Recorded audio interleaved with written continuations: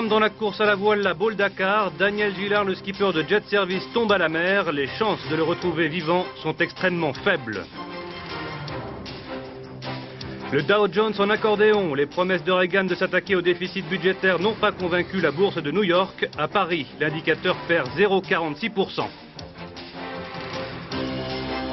8 jours après le coup d'État, le nouvel homme fort du Burkina Faso, Blaise Compaoré, définit ses objectifs. Il faut revenir aux engagements du début de la révolution. 2000 francs par mois et une protection sociale garantie aux plus défavorisés. Le dispositif fait partie d'un plan d'action du gouvernement contre la pauvreté et la précarité. Une journée supplémentaire de détention pour Marcel Carton, Marcel Fontaine, Jean-Paul Kaufmann, Jean-Louis Normandin d'Antenne 2 et Roger Hawke. Les otages français au Liban n'ont toujours pas été libérés. Lino Ventura, terrassé par une crise cardiaque à 68 ans. C'est sans doute le plus pudique et le plus secret de nos grands comédiens qui s'est éteint hier soir. Lino Ventura était un personnage dont il ne fallait attendre ni démagogie ni confidence. Il faisait son métier avec talent, c'est tout. Avant d'évoquer sa vie et sa carrière, je vous propose d'écouter quelques réactions sur un plateau de tournage. Hervé Brusini, vous êtes avec nous en direct d'Épinay. Hervé. Oui, Henri, malgré tout, le cinéma continue. Ici, à Épinay-sur-Seine, Claude Sauté et son équipe réalisent leur dernier film quelques jours avec moi. Et je peux vous dire que ce soir, cette équipe, dans toute sa diversité, chef opérateur, maquilleuse, éclairagiste, producteur, eh bien, tout le monde a une pensée pour Lino Ventura et sa famille. Claude Sauté, vous avez travaillé à 2 reprises avec Lino Ventura. Oui, même à beaucoup plus de reprises, parce que je l'ai connu quand j'étais assistant, et je l'ai connu à l'époque où il jouait des 3e rôles, où on l'engageait dans des petits rôles de tueur, ce qui était pour lui dérisoire, parce qu'il n'y avait pas un homme plus bon que lui. Et c'est après que notre aventure s'est développée. Bon, écoutez, je vous propose, Henri, de revenir tout à l'heure ici sur ce plateau et nous parlerons plus en détail de cette rencontre entre Claude Sauté et Lino Ventura, ainsi qu'avec un ingénieur du son qui a travaillé à plusieurs reprises avec lui. À tout à l'heure, Hervé. Aujourd'hui, devant le domicile du comédien à Saint-Cloud, l'émotion se joignait à la tristesse et au respect surtout. Commentaire de Yoba Grégoire. Saint-Cloud, un pavillon parmi tant d'autres, un jardin paisible, une journée d'automne banale, si ce n'est ses allées et venues inhabituelles. Des marches pesantes, dos courbé, ce sont les proches, les amis de Lino Ventura. Pour les autres, la surprise, les souvenirs. J'ai même cassé la croûte avec lui, avec sa femme une fois, un mois de décembre, il y a plus d'une quinzaine d'années. Et bien mangé, spaghetti façon italienne bien sûr, mais c'est lui-même qui les avait préparés les jours-là. Puis avec du Chianti.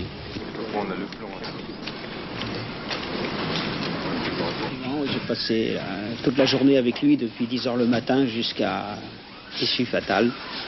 Une journée très belle, ensoleillée d'ailleurs, où tout le monde était heureux et content. Nous avions rendez-vous à 5 h à Saint-Chéron, dans l'Essonne.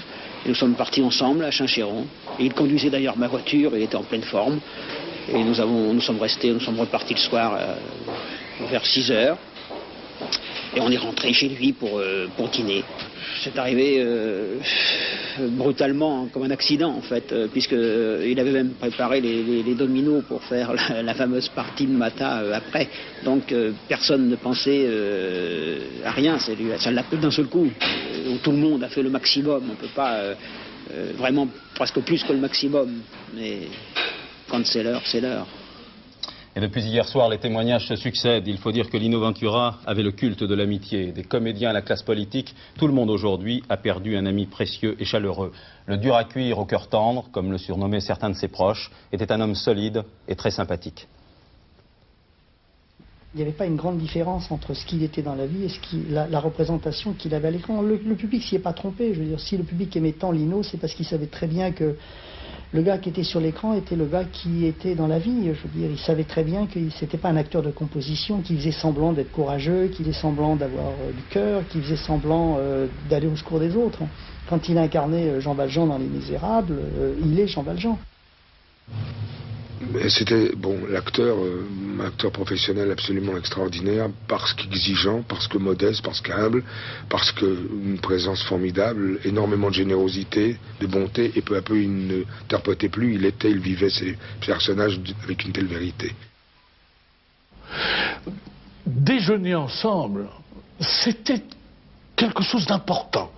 Et c'est lui qui faisait la cuisine dans la plupart des cas, et c'est lui qui nous servait. Je veux dire, vous voyez ce geste-là. Alors ça, c'est tout à fait Lino, hein.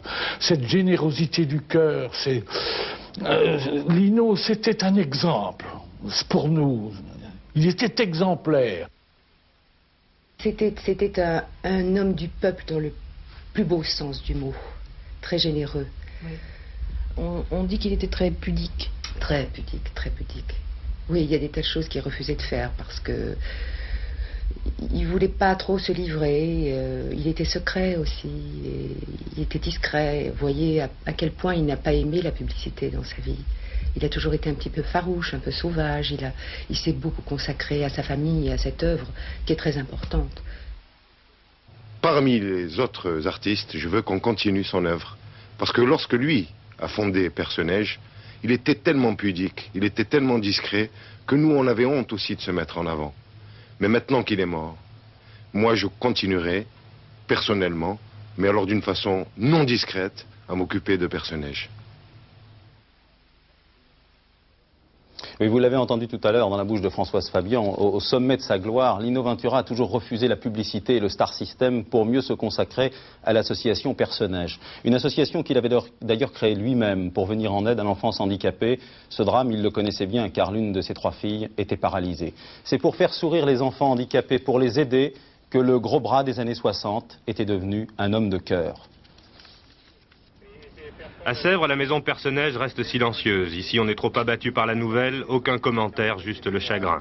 Lino Ventura et sa femme avaient fondé Père-Neige en 66. Eux aussi ont une fille pas comme les autres, handicapée mentale. Aujourd'hui, grâce à eux, l'association parraine 22 foyers en France. Réinsertion des handicapés et surtout pouvoir leur offrir un toit lorsque les parents ne seront plus là. En 79, la maison de Sèvres était dans un triste état.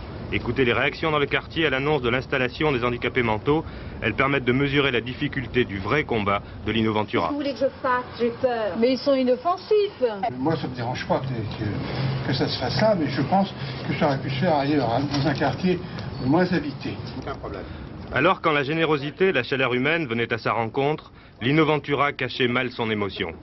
La 5 est heureuse de vous offrir 250 000 francs, 25 millions de centimes pour Père-Neige.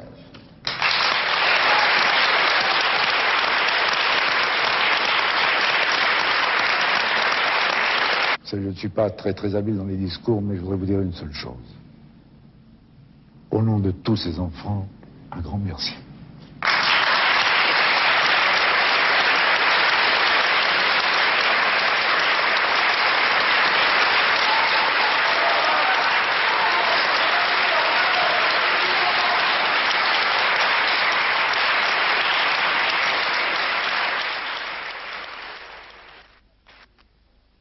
Et oui, que d'émotion, vous l'avez vu dans cette image.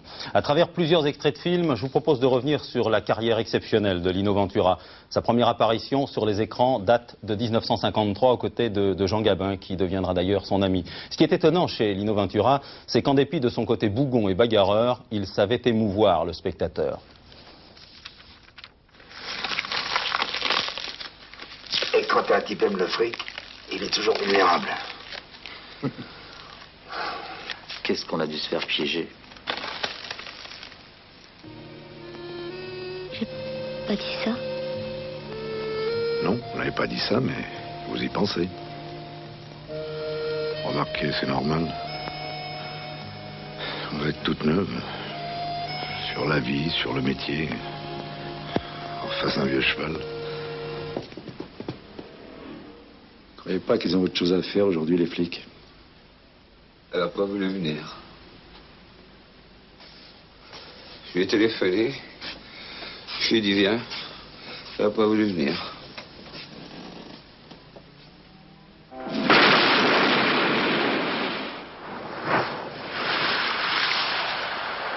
Manu! Viens, Manu, laisse-moi faire. Viens, Manu, viens.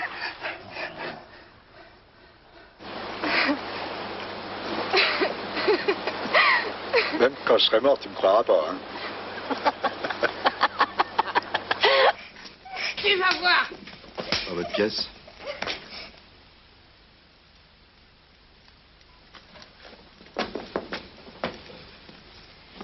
Merci, ça c'est ma pièce. Qu'est-ce qu'on peut vous servir? Du vin. Nom, prénom, profession, Martineau. Il me l'a déjà demandé. Oui, maintenant c'est moi qui vous le demande.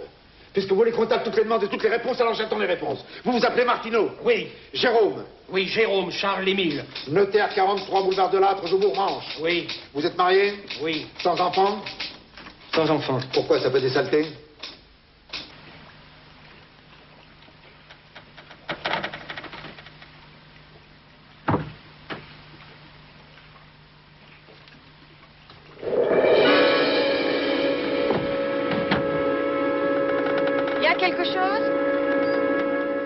Aujourd'hui, vous en doutez, sur les plateaux de tournage, l'image de Lino Ventura était évidemment dans tous les esprits. Il faut dire que le comédien avait tourné plus de 70 films aux côtés des plus grands réalisateurs, parmi eux Claude Sautet, qui est avec nous en direct, aux côtés d'Hervé Brusini. Hervé. Tout à fait, Henri. On vient justement de voir une image de L'Arme à gauche, un film tourné en 1965. Mais la première rencontre entre Claude Sautet et Lino Ventura, c'est 1960, c'est Classe tout risque. Est-ce que ça n'a pas été une sorte de révolution dans votre vie, Claude Sautet? Oui, absolument. Ça, je le connaissais depuis 1956. Et comme je disais, on avait, avec un scénariste, un producteur, le projet de le faire tourner. Il avait tourné un film qu'on avait écrit qui s'appelle Fauve et lâché. Et moi, à l'époque, je n'avais pas tellement envie d'être metteur en scène. Vous étiez assistant? Oui, scénariste. Et un soir, il m'a appelé, parce qu'on s'était très bien entendu, j'avais fait toute la fin du film. Et il m'a dit, est-ce que tu décides à tourner ou pas un film? C'est-à-dire, il vous demandait de franchir le pas, quoi. Oui. Je lui ai dit, je sais pas, ça dépend de quoi. Il m'a dit, écoute, viens, j'ai un livre à te donner. J'ai été le voir, il m'a dit, alors, j'ai rien à te dire, lis-le cette nuit, réponds-moi à 8h du matin, oui ou non. Alors, évidemment, j'ai lu 2 chapitres, mais j'ai dit oui. Et je me suis fait, c'était Classe tout risque. Et c'est vrai, moi, je lui dis absolument tout, quoi. Je crois que j'aurais jamais fait de mise en scène s'il ne m'avait pas poussé. On peut presque dire que si vous êtes en train de tourner ici ce soir, c'est un peu grâce à Lino. Entièrement grâce à lui. Et évidemment, le film était très dur. Et en plus, quand il est sorti, il n'a pas marché à l'époque. Et il n'a remarché que 2 ans plus tard. Il est sorti 2 ans plus tard. Et comme c'est un film assez dur et sombre, il avait été un peu meurtri. Qu'étant à la base du projet, le film n'avait pas eu de succès immédiat. Bon, il en a eu après, il est devenu classique. Mais... Et puis j'ai l'impression qu'on s'était tellement donné l'un l'autre pour faire ce film que je suis triste parce que je n'ai fait qu'un film avec lui après, je voulais en faire d'autres. Mais il a disparu avant que l'inspiration vienne pour se retrouver. Monsieur Lenoir, vous êtes ingénieur du son, vous avez tourné à 2 reprises avec Lino Ventura. Oui, Un papillon sur l'épaule, Les espions lève-toi. Alors, est-ce qu'il était, parce qu'on comparait souvent à Gabin, et on disait que Gabin, lui, aimait qu'on l'enregistre alors qu'il parlait bas. C'était la même chose pour Lino? Absolument. Lino Ventura parlait très très bas, enfin, modérément bas, mais de toute façon, il était très, très conscient. C'est-à-dire que quand il y avait un petit problème, il disait « je vais parler plus fort pour telle prise », et il savait très bien. Et en plus, on pouvait lui mettre des micro-cravates comme j'ai moi-même, et vu son très léger embonpoint, ça passait très bien, il n'y avait aucun problème. Qu'est-ce qu'il faisait sur les plateaux? C'était quelqu'un qui était toujours là? Il avait une marotte? Oui, il avait une marotte, et peu de gens le savent, à part les techniciens qui l'ont fréquenté, c'est les mots croisés. Et dès qu'il quittait un plateau, il allait s'installer dans un coin, il faisait des mots croisés, et il demandait aux gens qui l'entouraient de l'aider, parce qu'il fait des définitions qu'il ne comprenait pas, qu'il n'arrivait pas à trouver, et il adorait ça. Voyez Henri, le souvenir est là, tout à fait présent, les anecdotes sont là, et je peux vous dire qu'il y a là aussi derrière 3 jeunes acteurs. Il y a Vincent Lindon, Daniel Auteuil, et puis il y a aussi, qui donc encore, Sandrine Bonner, qui n'ont pas voulu parler, parce qu'ils ont dit que pour eux, c'était un exemple, la vie de Lino Ventura, et qu'ils voulaient mener, gérer leur vie d'acteur comme celle de Lino Ventura dans la discrétion. Merci. Antenne 2 rendra hommage à Lino Ventura à travers 2 soirées exceptionnelles. Mardi à 20h30, vous pourrez voir ou revoir La 7e cible, un film de Claude Pinoteau. Demain à 22h25, juste après Champs-Élysées, vous pourrez revoir Le Grand Échiquier de Jacques Chancel, consacré à Lino Ventura. Ce jour-là, le 31 mai 1979, le comédien avait ému la France entière en évoquant l'indifférence des hommes. Et on parlait aussi de l'indifférence. Il y a cet épisode, lorsque vous tourniez Un papillon sur l'épaule, vous êtes abattu. Et je crois que c'est quelque part, vous tombez alors qu'on ne voit pas du tout les caméras, on ne peut pas savoir que... qu'il y a cinéma. Oui, c'est un épisode qui m'a beaucoup frappé, effectivement, sur l'indifférence des gens, parce qu'en plus, c'est venu comme ça dans ce film, parce que c'était un peu le thème qu'on a voulu faire transpirer à travers ce film, le faire apparaître. Je ne sais pas si on y est arrivé, mais le fait est qu'à la fin de ce film, les caméras étaient cachées, je me souviens, dans un immeuble en face de la gare de Barcelone. Ça se déroulait à Barcelone. Et je sortais de la gare, et là, j'étais censé prendre une balle en plein front, si vous voulez, ou quelque part. Je m'éclate contre le mur et je tombe par terre dans la foule.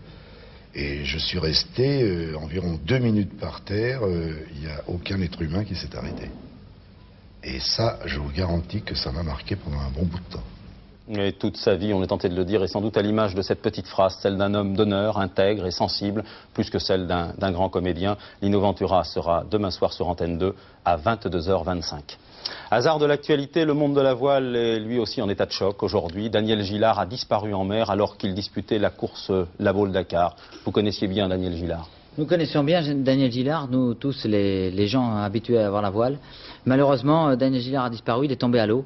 Et je vous propose d'écouter pour l'instant son dernier témoignage, la dernière communication téléphonique que nous avons, ainsi que celle de son coéquipier lorsqu'il s'est rendu compte de la disparition de Daniel Gillard. C'était ce matin. C'était ce matin. Pour nous, ça fait déjà, en moins d'un tiers de parcours, ça fait déjà un jour de retard. Surtout qu'on va nous s'arrêter encore... on va s'arrêter encore à Sao-Miguel pour changer de dérive, une nouvelle dérive. Donc tout ça va nous faire perdre encore davantage de temps, mais après il ne nous restera plus qu'à compter sur la chance parce que je vois pas trop ce qu'on pourra faire autrement. Malheureusement, la chance ne lui a pas souri. 2 heures après, il disparaît en mer. Écoutons son coéquipier, Alvaro Mabir. Tout de suite, j'ai entendu crier, il était déjà à l'eau, De toute façon, je reste sur zone jusqu'à la tombée du jour, en essayant de regarder bien ce que c'était, quoi.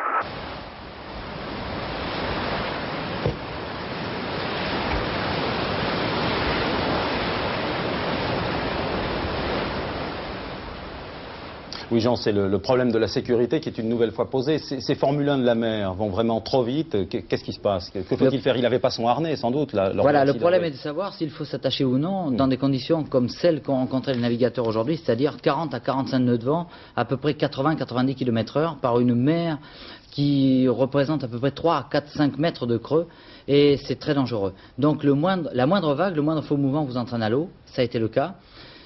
Alvaro Mabir, son coéquipier, a essayé de faire demi-tour. Il a lancé un bip, ce qu'on appelle, c'est-à-dire un secours premier pour essayer de repérer son équipier. Le temps qu'il revienne et qu'il manœuvre tout seul ce grand bateau, il est revenu. Il a aperçu à la fois le bip et Alvaro Mabir et Daniel Gillard. Malheureusement, lorsqu'il est passé une deuxième fois, Daniel Gillard avait disparu, mais le bip était toujours là. Et depuis, il tourne sur zone. Il y a un avion qui est parti pour tenter de repérer Daniel Gillard. Mais au fil des heures, l'espoir s'amenuise de le retrouver vivant lorsqu'on est habillé avec un ciré chaudement par des mers froides. Il est très difficile de survivre et je crois que la mer a donné rendez-vous à Daniel Gillard à un moment où il ne l'attendait pas. Voyons rapidement les autres faits marquants de l'actualité, en commençant par l'instabilité des marchés financiers. Les bourses européennes et asiatiques ont plutôt mal réagi aux propos de Ronald Reagan. Hier soir, le président des États-Unis s'est engagé à réduire le déficit budgétaire américain tout en laissant entendre qu'il pourrait augmenter les impôts. Apparemment, ça n'a pas suffi. Alain Dubeski. Tokyo, c'est l'effondrement. La bourse a connu une nouvelle forte baisse qui efface cette fois définitivement la hausse record de mardi dernier. Paris, la journée s'est achevée sur une baisse de 0,46% selon l'indicateur instantané. Depuis le début de l'année, la baisse est ainsi de 14%. Francfort, les cours des actions ont reculé de 2,4% en moyenne. L'indice de la Commerzbank a terminé au-dessous du bas niveau atteint mardi dernier. Londres, les valeurs ont réduit leurs pertes en fin de séance. Un coup de frein aux baisses dû à l'annonce surprise de la réduction des taux de base bancaires britanniques. Au lendemain du discours de Ronald Reagan, on attendait avec impatience la réaction de la bourse de New York. Wall Street est plus que jamais, vous le savez, le baromètre avec lequel il faut compter. Bref, une nouvelle chute de Wall Street signifierait à coup sûr une perte de confiance dans la personne du président Reagan. À New York, commentaire de Paul Nahon. Wall Street a mal réagi aux propos du président des États-Unis. Grand jour devant la bourse de New York où des milliers de touristes américains étaient venus assister à la séance. Toutes les télévisions émettaient en direct et le Dow Jones à l'ouverture avait perdu une trentaine de points. À l'évidence, Ronald Reagan n'a pas convaincu et le président de la plus grande firme de courtage du monde nous l'a confirmé. J'ai été déçu. Le président a fait un discours trop partisan, mais il a quand même fait des progrès, en affirmant qu'il était prêt à envisager d'augmenter les impôts. C'est ce qu'attendaient beaucoup de gens, c'est ce qu'attendait Wall Street, mais tout cela n'est pas allé très loin. C'est lundi que le président américain devrait rencontrer les membres du Congrès pour tenter de trouver une solution à l'énorme déficit du budget. Pour certains experts, la Maison-Blanche n'a pas encore pris la mesure de la crise. Voilà, la semaine est terminée, elle aura été harassante et terrible pour les boursiers de Wall Street, mais aussi et surtout pour l'économie américaine. Alors maintenant, comme des millions d'hommes d'affaires et de petits porteurs aux États-Unis, je vais composer un numéro pour avoir automatiquement les derniers cours de Wall Street, quelques minutes avant sa fermeture. Le 976 41 41. Alors, deux informations importantes. Le dollar est en chute par rapport aux marques allemandes. Le Dow Jones, lui, récupère 13 points par rapport à la séance d'hier et termine aux environs de 1936. Merci Paul. En France, une réaction intéressante, celle d'Edmond Maire. Monsieur Maire demande à son tour une pause dans les privatisations et déclare que la crise financière, si elle s'amplifiait, pourrait avoir de graves répercussions sociales. Écoutez-le. Les désordres monétaires, on a regardé ça de près et là, nous sommes maintenant, hélas, persuadés que cela va conduire à un ralentissement de l'économie, donc à une augmentation du chômage et à une remontée de l'inflation, c'est-à-dire des conséquences sociales extrêmement graves. Alors nous demandons au gouvernement de faire preuve de sagesse. Même si ce gouvernement et cette majorité a une option pour la privatisation, l'intérêt national commande aujourd'hui d'arrêter les privatisations, de ne pas aggraver les phénomènes, et il faut en même temps que les gouvernements s'entendent entre eux. C'est vraiment l'intérêt social de ce pays. Voilà, c'était cet après-midi au cours d'une conférence de presse avec Pascal Vanier. Voyons maintenant les téléx de l'étranger.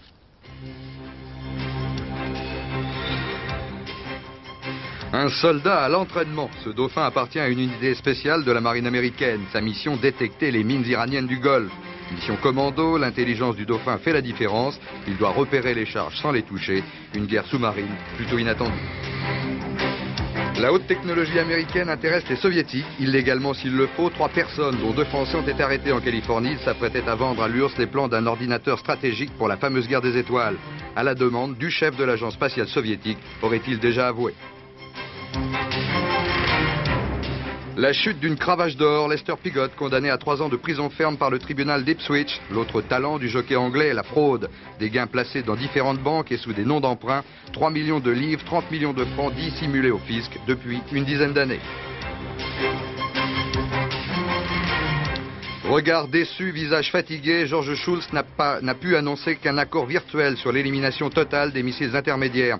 Américains et soviétiques bloquent encore sur les détails de la vérification.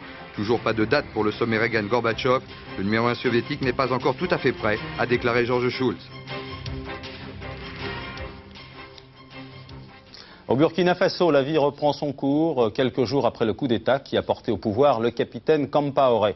Le nouvel homme fort qui tente de s'imposer depuis quelque temps a accordé sa première interview à notre envoyé spécial Martine Laroche-Joubert. Monsieur Compaoré évoque l'enterrement à la sauvette du président Sankara et l'avenir immédiat du pays. Écoutez-le. Nous pensons que c'est un devoir pour nous d'arranger sa tombe, de respecter sa mémoire. Vous avez des regrets ? D'avoir perdu un ami, bien sûr. Et un regret aussi qu'à un moment de sa vie, il ait pensé à nous liquider. C'est dommage. Ouais, c'est dommage.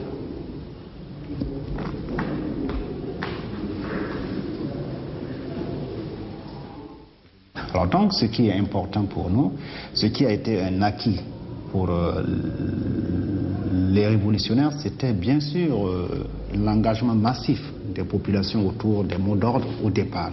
Et ça, il faut qu'on arrive à revenir sur cette situation avant d'engager quoi que ce soit. Et c'est ce à quoi nous allons travailler, ce que nous allons essayer de tenter de réaliser.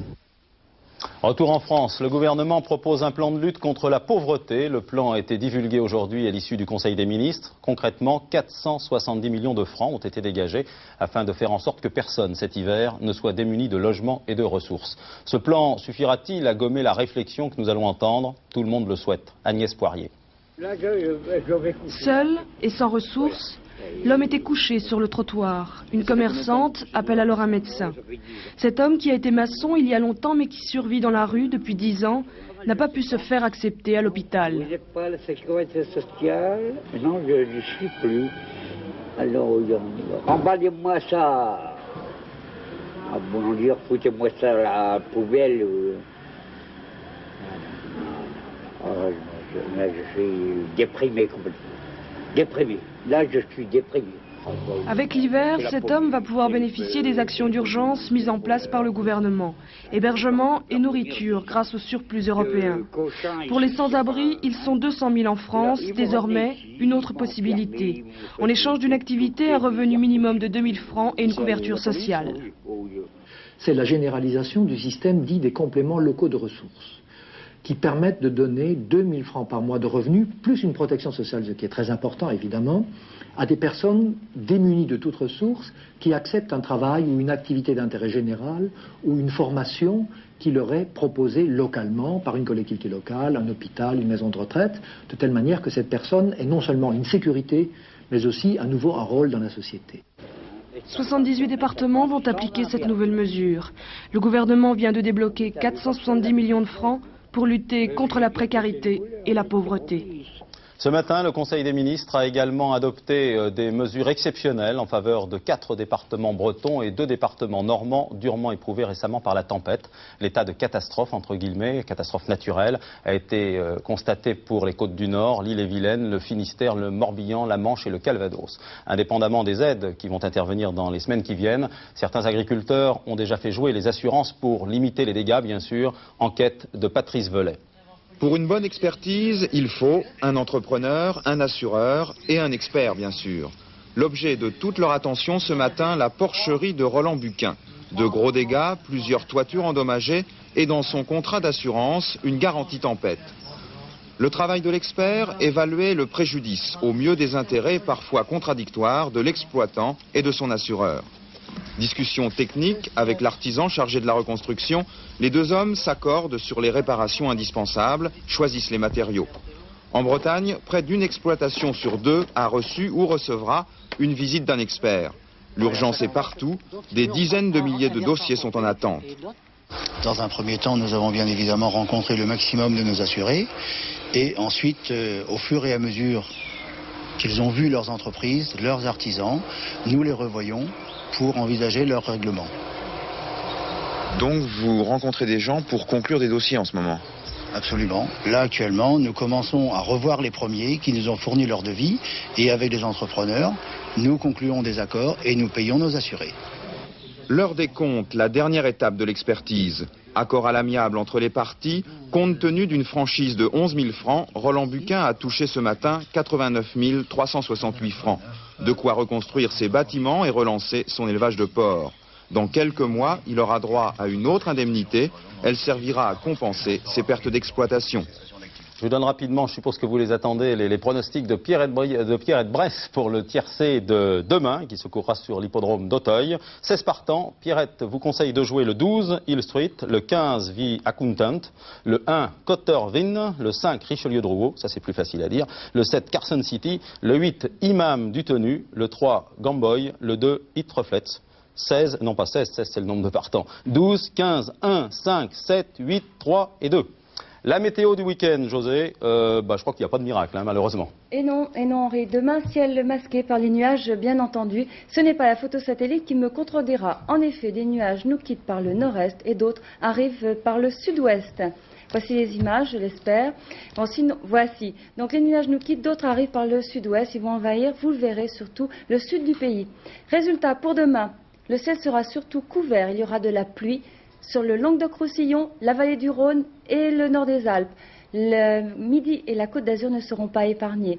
Les Pyrénées, le centre du pays jusqu'au bassin parisien auront, eux, des nuages, mais quelques rayons de soleil, mais vraiment très très timides. En revanche, regardez, sur la Bretagne et la Normandie, les nouvelles sont bonnes. Il y aura demain du soleil. Côté température, eh bien c'est la baisse. Nous sommes en deçà des normes saisonnières. Vous allez voir, le long des côtes de la Manche, 11 degrés, pas davantage, 13 à Paris. Et dans le sud, nous aurons un agréable 22 en Corse. Et demain, samedi 24 octobre, ce sera la Saint-Florentin. Un saint que l'on évoque pour lutter contre la mélancolie. Et c'est d'actualité. Tout à fait. Prochain rendez-vous d'information, 22h55. Le journal sera présenté par Aubrey Adler, qui est de retour. Pendant le week-end, vous retrouverez Daniel Bilalian et Philippe Gassot. Et comme tous les samedis, Bernard Rapp sera fidèle au poste à 13h15 pour l'assiette anglaise. Bon week-end et à lundi. Bonsoir.